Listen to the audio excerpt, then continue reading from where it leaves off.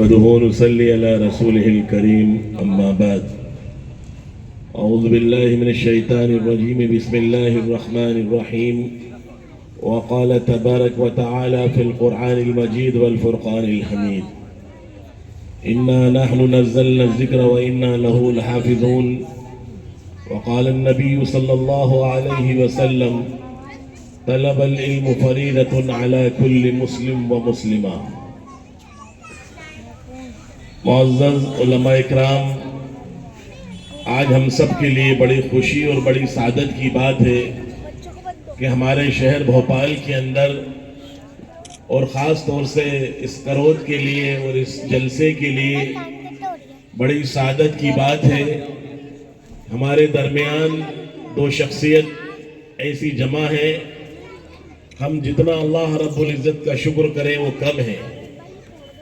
آپ جانتے ہیں امت مسلمہ کا دھڑکتا ہوا دل، امت مسلمہ کا یہ یوں کہیے کہ ام المدارس دارالعلوم دیوبند کے استاد حدیث اور شعبہ تجوید کے قرات کے بڑے حضرات حضرت مولانا قاری آفتاب صاحب دامت برکاتہم العالیہ، ایسے ہی حضرت مولانا عمران اللہ صاحب دامت برکاتہم العالیہ استاد حدیث و فقہ دارالعلوم دیوبند، یہ دو شخصیات ایسی یہاں جمع ہیں کہ جن کی وجہ سے آج ہمارے دلوں میں خوشی ہے. آپ جانتے ہیں دارالعلوم دیوبند کیا ہے، آپ نے 12 نام سنا ہوگا، 12 اس کے بارے میں تذکرے سنے ہوں گے. یہ وہ مدرسے ہیں، یہ وہ ادارے ہیں جب اس ملک کے اندر انگریزوں کا تسلط ہو گیا اور مسلمانوں کی 900 سال حکومت دفن ہو گئی، ختم ہو گئی، تو اس وقت اللہ تعالیٰ نے ہمارے اکابر کو، ہمارے علماء کو یہ ذہنوں میں بات ڈالی کہ حکومت تو چلی گئی، تخت و تاج سلطنت چلی گئی، کوئی بات نہیں، لیکن کم سے کم ہمارا اسلام اور ہمارا ایمان کیسے باقی رہے، اس کے لیے انہوں نے فکر کی، اس کے لیے انہوں نے جد و جہد اور کوششیں کی. اور وہ کوششیں 1866 کے اندر ہمارے اکابر نے سب سے پہلی جو بنیاد رکھی وہ دارالعلوم دیوبند کی رکھی. وہ چاہتے تو حکومت کی کوشش کرتے، حکومت کو واپس لانے کی کوشش کرتے، لیکن سب سے پہلی کوشش انہوں نے یہ کری کہ دارالعلوم دیوبند کی بنیاد رکھی، مدرسے کی بنیاد رکھی، قال اللہ قال رسول کی بنیاد رکھی، قرآن کی تعلیم کی بنیاد رکھی. یہ سب سے پہلی کوشش انگریز کے دور میں ہمارے اکابر نے، ہمارے بزرگوں نے، ہمارے اسلاف نے یہ کوشش کی کہ بھائی حکومت تھی ٹھیک ہے، آج ہے کل نہیں ہے، پھر دوبارہ آ جائے گی. حکومتیں جاتی ہیں، چلی جاتی ہیں، پھر دوبارہ آتی ہیں، یہ حکومتوں سے کوئی لینا دینا نہیں. لیکن میرے بھائیوں، ہمارے اکابر نے، ہمارے بزرگوں نے سب سے پہلی کوشش جو کی، ہمارے ایمان کی، ہمارے اسلام کی، ہمارے دین کی بقا کی فکر کی. اگر وہ چاہتے تو حکومت کی فکر کرتے، لیکن انہوں نے حکومت کی فکر نہیں کی. تو اسی سے آپ منسلک ہیں، اس کے استاد حدیث ہیں، دارالعلوم دیوبند کے یہاں علماء اکرام تشریف لائے ہیں، اور وہی دارالعلوم دیوبند ہے. اگر میں یوں کہوں کہ آپ کے سروں پر ٹوپیاں، آپ کے چہروں پر داڑیاں، آپ کی وضاقت اسلامی، آج اگر دنیا کے اندر، ہندوستان کے اندر اگر سروں پر کوئی بستر لے کے پھر رہا ہے، تبلیغ کی شکل میں ہو یا خانقاہ ذکر کی شکل میں ہو، وہی دارالعلوم دیوبند ہے. جنہوں نے جس مدرسے سے فارغ ہوئے حضرت مولانا الیاس صاحب رحمۃ اللہ علیہ، جو تبلیغ کے بانی ہیں، انہوں نے تبلیغ بھی دی، خانقاہ بھی دیے، مجاہدین بھی دیے. یہ وہی لوگ ہیں جو آج اس ملک میں، ہندوستان کے اندر، جنہوں نے پوری دنیا کے اندر اسلام کا اور دین کا ڈنکا بجایا. اور آج الحمدللہ ہندوستان ہو یا افریقہ ہو یا کوئی دوسرے ممالک ہو، کہیں بھی جائیں گے تو دارالعلوم دیوبند کے شاگردوں کے شاگرد ملیں گے. اور آج یہ مدرسہ اشاعت القرآن بھی اسی سے تعلق رکھنے والا، اسی سے نسبت رکھنے والا یہ ادارہ، جو آج اور ہم جس کے جلسے میں جمع ہوئے، چھوٹے چھوٹے بچے حافظ قرآن ہو رہے ہیں، 10 بچوں نے قرآن کو مکمل کیا، ایک بچہ حافظ قرآن ہوا۔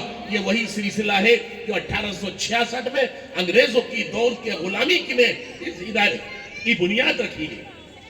میرے بھائیوں، آپ حضرات بڑے خوش قسمت ہیں، ایسے بزرگان دین آپ کے یہاں تشریف لائے ہیں، اکابرین تشریف لائے ہیں۔ مجھے تو بیان زیادہ لمبا نہیں کرنا، اصل بات حضرت مولانا عمران اللہ صاحب کا بیان ہوگا، اس کے بعد دعا ہوگی میرے بھائیوں، پھر اس کے بعد ہمیں یہاں سے جانا ہے۔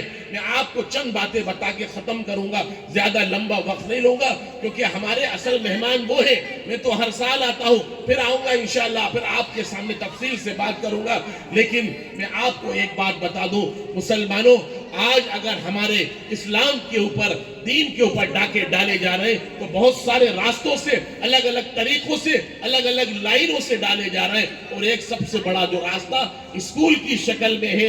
ہمارے بچے، ہماری بچیاں اسکول جاتے ہیں، ان کے اسلام اور ایمان محفوظ نہیں ہے۔ آپ اپنے بچوں کو اسکول میں بھیجتے ہیں، اسکول میں پڑھاتے ہیں، آپ کے بچوں سے آرتی اتروائی جاتی ہے، پوجا کروائی جاتی ہے، سوریہ نمسکار کیا جاتا ہے۔ میں آپ سے پوچھتا ہوں، آپ آئیے اسکول میں، لیکن آپ اپنے اسکول میں پڑھائیے، مسلمانوں کے اسکول میں پڑھائیے، ایسے اسکولوں میں نہ پڑھائیے جس سے ہمارے بچوں کا ایمان، ہمارے بچوں کا اسلام محفوظ نہ رہے۔ ایسے اسکول میں پڑھانا میرے بھائیوں اپنے اسلام اور اپنے بچوں کے ایمان کو ختم کرنا ہے۔ تو میں آپ سے یہ کہتا ہوں مسلمانوں، بہت ساری شکلیں ہیں جس کے ذریعے سے اسلام کی طرح اسلام پہ ڈاکے ڈالے جا رہے ہیں، اسلام کو ختم کیا جاتا ہے۔ وہ یہ چاہتے ہیں کہ مسلمان نام کا ہو، مسلمان صرف اسلام سے دور ہوتا جائے۔ دھیرے دھیرے یہ ہوگا، ایک نسل کے بعد دوسری نسل، تیسری نسل کے بعد میرے بھائیوں اسلام محفوظ نہیں رہے گا۔ اس لیے میں آپ سے کہتا ہوں، اللہ کے رسول نے فرمایا ایک زمانہ قیامت سے پہلے ایسا آئے گا کہ صبح آپ کے دل میں، آپ کے سینوں میں، آپ کے ذہنوں میں اسلام ہوگا، لیکن شام کو وہ کفر میں مبتلا ہوگا، اس کے سینوں سے اسلام نکل جائے گا۔ اس لیے میرے بھائیوں، اللہ تعالیٰ نے آپ کو یہ مدرسے دیے ہیں، آپ ڈاکٹر بنائیں، انجینئر بنائیں، کالجوں میں پڑھائیں، آپ ڈگریاں حاصل کریں، لیکن اس سے پہلے آپ اپنے بچوں کو مدرسوں کے اندر دینی تعلیم کے لیے بھیجیں، قرآن کے لیے بھیجیں، نبی پاک صلی اللہ علیہ وسلم کی تعلیم کے لیے بھیجیں۔ یہ تعلیم اگر ہو گئی، اور یہ تعلیم بچپن سے دلوائیں۔